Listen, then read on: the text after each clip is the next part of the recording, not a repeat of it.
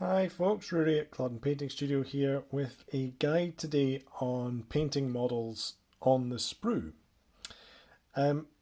This technique can allow you to take advantage of different coloured primers for different areas of a model. It allows you to reach to get your brush to hard to access places without other bits of equipment or parts of the model in the way. But there's a couple of tips you can do just to make the job a bit easier. I've got some Warlord Games 28mm plastic late French infantry for Napoleonic era. And first thing I'm going to do is I'm going to get some clippers out and I'm going to chop up this sprue so that we've got a separate area for the heads, the packs and the torsos, legs and rest of the model.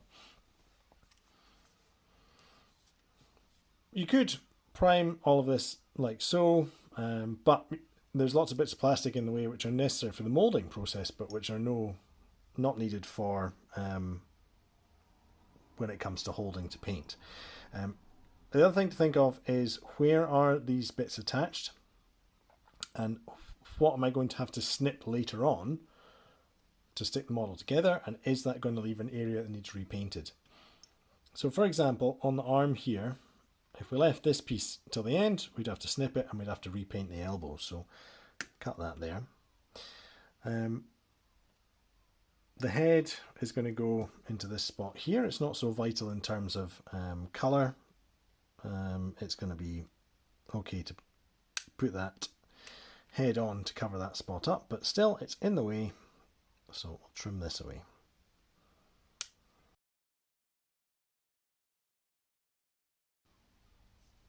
Make a couple of snips to remove the plastic from around the outside.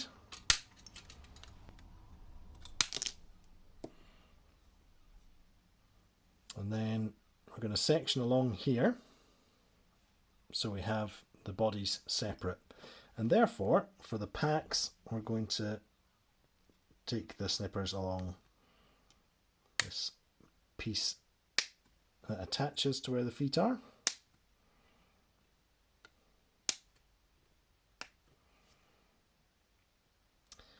And then we'll snip.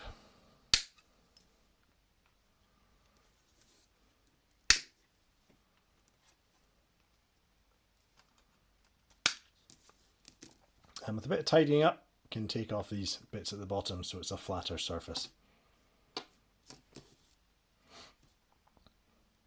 Again with the packs, I'll take off the end bits.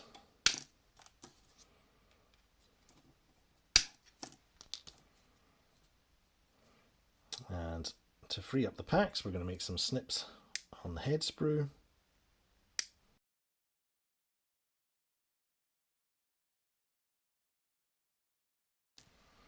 And all of a sudden, we've separated the packs from the heads.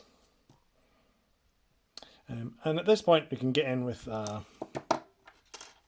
blade to take off any mould lines from the models.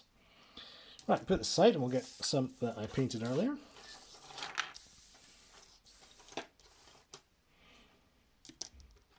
So for example, I've done the heads with some Army Painter skeleton bone, packs with Army Painter leather brown, and bodies with Colour Forge ghoul grey.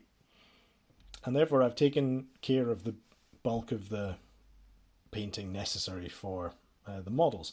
Greatcoats will stay this grey colour, packs will stay brown, shackle covers will stay this off-white colour to represent the canvas.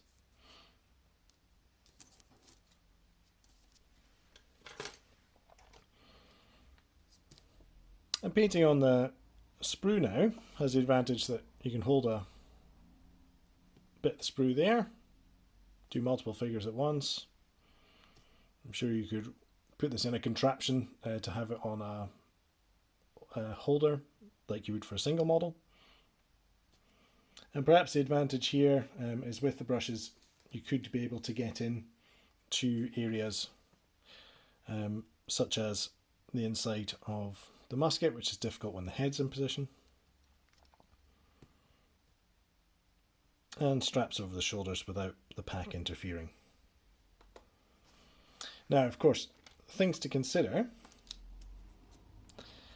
If we look at the pack, when I cut this bit here, I'm going to need to paint that because it's going to leave an unpainted area of plastic.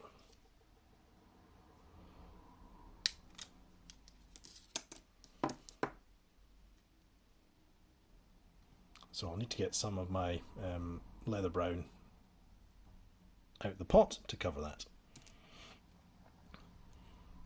The head's going to be okay because where it attaches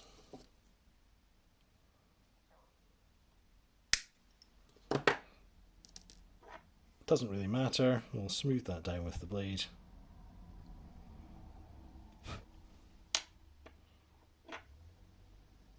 And this will be okay to attach.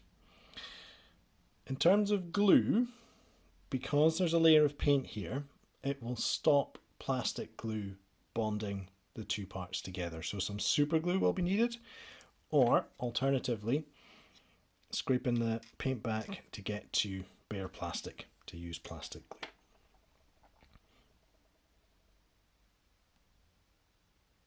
Quite happy with the face on that one actually, it came out pretty well. So that's a guide to painting models on the sprue. And I hope this is useful for some people.